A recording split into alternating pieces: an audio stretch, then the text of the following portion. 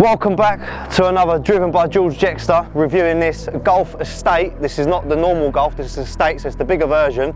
It's a 1 litre, you've got 108 brake horsepower here, 6 gears. I've got it on 0 miles, so yeah, spotless. I can't fault it at the moment. The car's perfect basically. It's got the xenon lights at the front logo is the sensor. It's got the lane assist, it's got the crash assist, it's got everything, even cruise control assist. So when you're driving on the road and you put cruise control on, basically it senses the car in front of you. So say you put 70 miles per hour down, the car slows down to 60, it slows down for you, and then you can set your settings, how far you want to be away from that car and everything like that. It's very smart, very smart. Just because of this front sensor unit there, it's just so helpful. People say, oh, I don't use cruise control much. I use cruise control everywhere. Even in London when it's 20 miles per hour, I put it on and it just senses the car in front, and it's basically driving it for you. It's the car of the future. It's got digital dash display, standard spec this car. I've got this car as the most standard spec you possibly get, and it's got a lot of features on it. It's got obviously digital display, you've got the heated wing mirrors, adjustable armrest, which is quite cool, 6-speed manual, having the rear armrest with the cup holders. I love the design as well. At the front, it looks like an electric car. It's 17-inch alloys, they're just a basic one. Up all the stats in this car, but it's so new. I can't even get the latest stats of this, you know, from the DVLA and the registration on websites. Yeah, it's like a touchscreen feature here, so mode. It has no buttons, it makes the sound of a button. Digital display, loads of functions that you could do on there. You can do the MPG and all the other stats. There's a load of functions basically, there's too much to go through. So you put this in there, put your bottle in, and it like wraps your bottle around. Gear shifting, very smooth. I would say it's like a short shift. Stop and start, wireless keys. Keys are very good looking as well. You've got the Type-C charging ports. You've got the Type-C charging ports for the passengers at the back. But yeah, generally speaking, it's a very beautiful interior. Don't look cheap at all. Again, this car's manufactured in Germany. Last but not least, this handle here. A lot of these new cars, they miss out these handles for some reason. I don't know if they're saving on materials, but it's so beneficial just driving and holding on to this. You can change all the colours inside, interior lighting to any colour you desire. It looks really cool. It's literally goes all the way around the car. Okay, so 0 to 60, right? So 3, 2, 1, go. I'm giving it. Okay, 60, that hit 60. Got my nails done. Oh, you got your nails done. Can't really find it. It's like feeding the pony. It's like, you know, when. Oh, it's here, see? Is it? I don't know why you just not help me. What? I don't know. Look, there's a little thing there, and you just pull it. It's a man's job. Look, that's it. And then you like hit this. That's it. Silicon. Fresh out the showroom. Got the single turbo there. It's a 3-cylinder. Yeah, 3-cylinder, 1 litre engine, petrol. Produces 108 brake horsepower. Loads of leg room. So yeah, boot space, you've got quite a lot of space in here. Considering it's a Golf Estate. For example, look, we've got Makita boxes here. For some reason, all the new cars now just don't come with spare wheels. But yeah, you've got loads of space here. Look, that's a 50-litre box right there, and I can fit.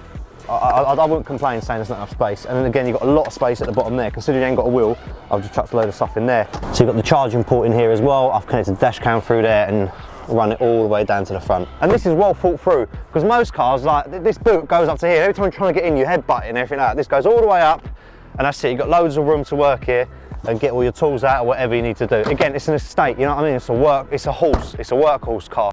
So in this video, I'm going to show you a little trick, right? It's called disabling the auto start and stop forever, right? You ain't got to press the button each time you get in, because over here you've got to slide it down and then look, start and stop here. But let's go to the bonnet and I'll show you how to disable the car permanently. And it don't show up, no fault light on the dash or anything like that. The auto start and stop will be dead forever.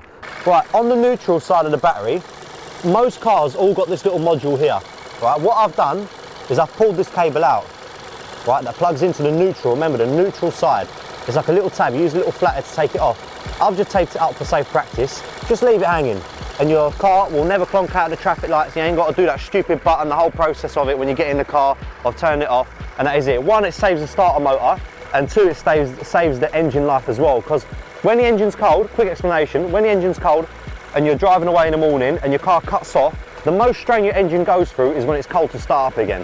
So it's very poor engineering. The only reason they put that in is just like, you know, to be more green efficient, and that is it. But in the long run, it ruins your engine. But you heard it here first, that is the way you do it. Literally just unplug it, you don't need no programming. Some places you can use an OBD to program it out, but look, I've just done it, let's say the old fashioned way. And again, you've got wireless charging here as well, so there's loads of ways that you can charge your phone as well. You can put roof racks on these cars to put ladders on and stuff like that. This is the 2024 model. Yeah, it's exactly the same, as just that the back is extended into an estate version. I think it looks quite cool, looks undercover. I'll tell you what, the amount of people that have let me pass with this car because they think I'm undercover police. What I might do is just put a cage there at the back so people bloody think I'm definitely an undercover copper. Brand new motor, 0 on the clock, and you've done that? I'm not a passenger princess no more. Only because it's pink doesn't mean you're a passenger princess. No, leave me here. She said, how do you start? What did you say? She said, how do you start it? It's already started. 3-cylinder engine, 1 litre, it's so smooth, you can't even hear the engine on. It's as if it's a hybrid. I mean, even by looking at all the dials and stuff, it even looks hybrid. Just yeah, Apple Play is wireless on here, so you can either have it through the Type-C charger, or you can have it wireless through Wi-Fi, which is very good and it's very responsive as well. It doesn't lag or nothing like that. All the French cars that I've reviewed always lags the Apple Play, always freezes up. I've been driving for a week, no problems. Waze, whatever you use, very quick and responsive. Not once I've had to turn off the car and reset the whole thing. So you've got the heating here, it's the touchscreen heating, and then you've got the volume as well here, control. Steering wheel buttons, you've got the plus minus here.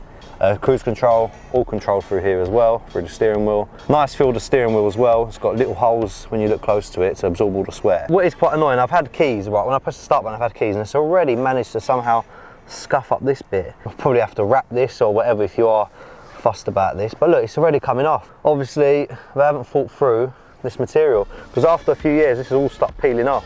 But yeah, generally speaking, other than that, overall this car is costing around what, £29,000, £28,000. I'll leave a little drop down here of the pricing of the cars on Auto Trader, but I've tried to have a look at the exact spec for this one. 0 miles, I can't even find it on Auto Trader.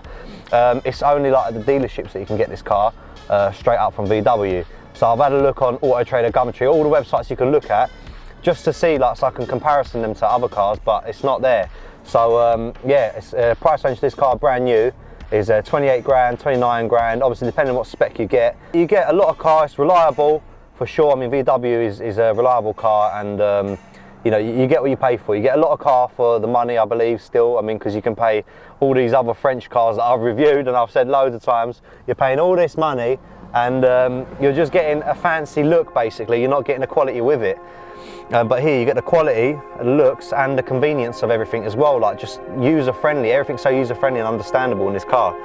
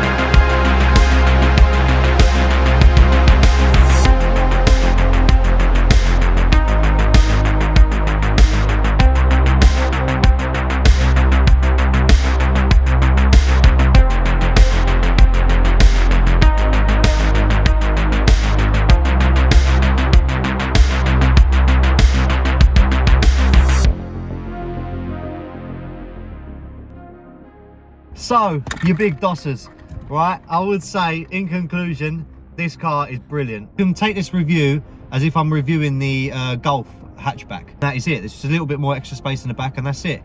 Yeah, all the features come the same. Obviously, you can get the automatic one, or you can get the one with heated seats, and that's about it, really. There's not much more for spec-wise that you can get. Maybe like a cool box in the glove compartment, but that is about it. I mean, this car, I think I've covered mostly everything with it.